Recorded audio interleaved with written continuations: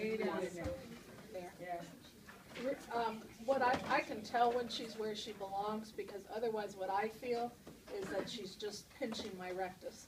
It hurts, but when you get down that far, it doesn't hurt. One thing you can do is scoot me over before, so make sure. Further. Scoop you over There. there? Nope. Oh. Your hands down. That means you got enough force going. I would say they're about the same inferiorly. All right.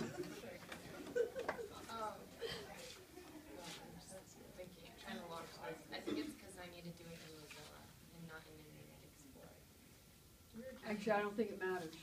It's not supposed to matter Yeah. because actually I get better when I do Chrome. Play this one. Wow.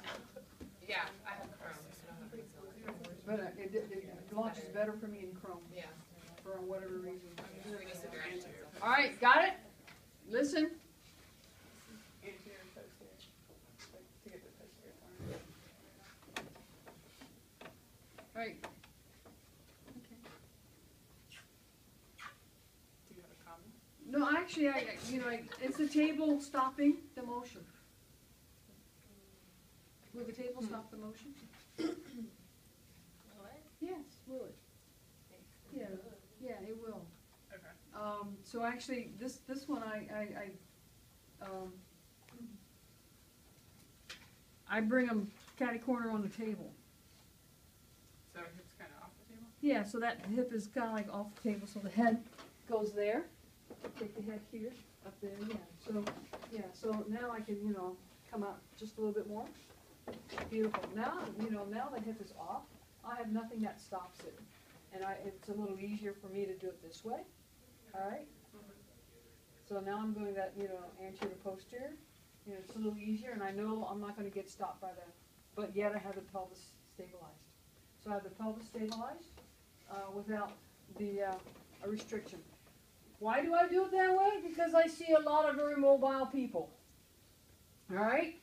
If I don't, the hip, the table always stops the clientele that I see, so I had to accommodate, so I just do it this way all the time. Does that make sense? Comments, Becky?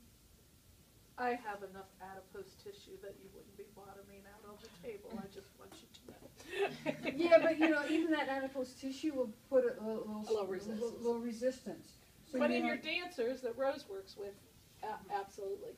so you gotta, if you got a little gentleman that's coming in like this, and you probably, are you gonna maybe not need to do that, but Kidney problems in the history. I look at it as if I can get one consistent way that works for everybody, I'm going to do it, because then it's just easier on me and I don't have to think about it.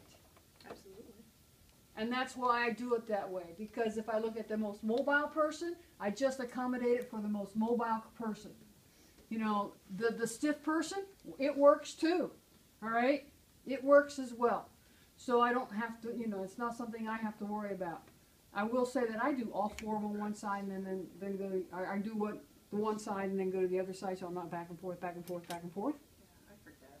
Okay.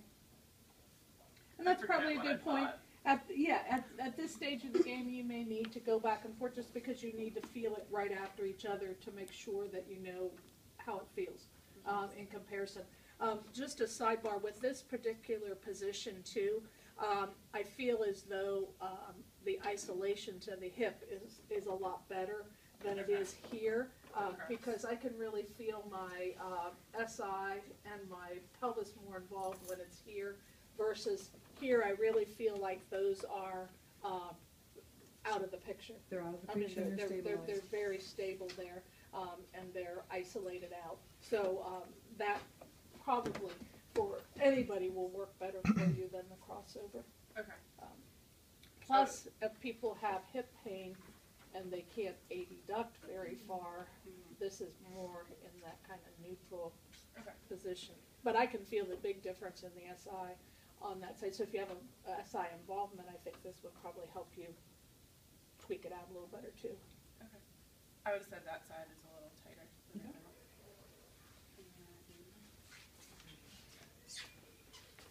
Can you speak with me? Sure.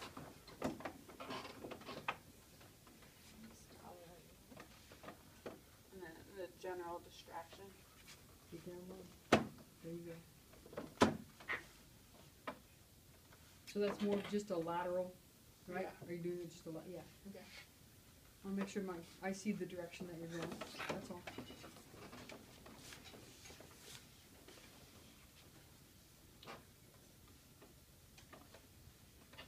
Yeah, there you go. Good.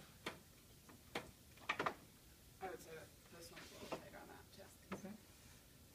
And then, Which hip were you having symptoms with? Yeah, okay. So that's nice, all right? Because I forgot, did you forget which hip was involved? Or did you review her history and from before? I asked her so that I did the good hip first. Okay. See, and that's, that's good, all right. So it flows, all right? Okay. And then, can you go on your stomach?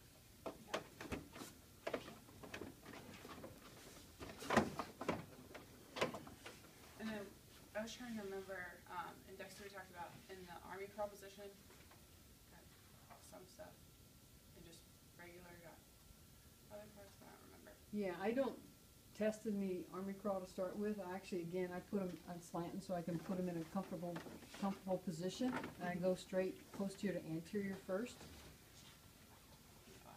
Yeah, I just bend it up, and now I'm just going straight posterior to anterior. Yeah, I do that one first. If there's no restriction, then I go to the army crawl.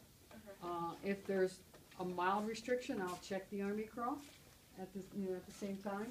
But if there's a major restriction, that means they're probably not going to tolerate the army crawl. Okay. Because what's the what position is that army crawl in? You can, it's the last one I do always. You see again now you got everything supported above, so now you have a free open movement, and that's where that's what I'm after when I do a straight line mob. Now you got to remember that the army crawl actually puts a rotational component on it, so that's always the last one I do. If there's mild restriction but not huge major ones, I go ahead and do it then. Okay. I didn't really feel any difference. Okay, between the two. then the army then I would go right into the army crawl, because it kind of gets a different component of the hip. And you come from this way? Yeah. Or from that way? Again, here's our joint line. All right, so I'm going to come from this direction. Okay. I'm going to come from this direction. This, now I'm going to look at, because the knee's there, what happens? I'm actually going to cause a fulcrum. All right, again, I want that knee off. Off the table? Off the table. I want that knee off the table. So I have to be a little bit more, now that I'm not going to create a fulcrum, and then the knee there, it's kind of stabilized there. I'm going to create less of a fulcrum. Now if I come there, or I can come this way and come here, all right, and I'm okay with that because I'm crossing over and I'm still in line. I'm in line with my joint line, all right, Okay. but you can also come from that direction. But I'm going to try to create the least amount of fulcrum as possible. What happens when you get a fulcrum? You're not really going to get joint play. Okay. You're not going to get joint play. So my goal is always to keep the fulcrum down, no fulcrum. And I don't know if you remember from the fall, I was really picky. Bend the knees, joint line, no fulcrum. The same thing goes for the hip. Probably the hip is maybe one of the harder ones not to get a fulcrum in. I mean, that's my opinion. Okay.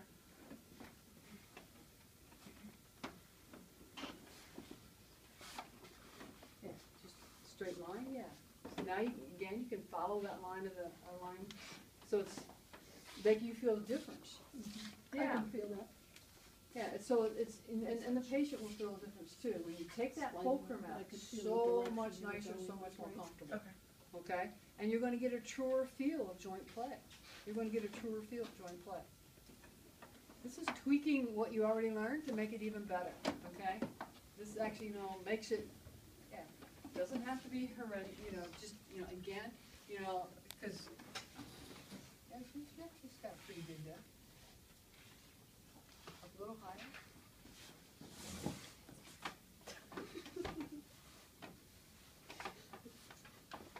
Now, thinking for, now go.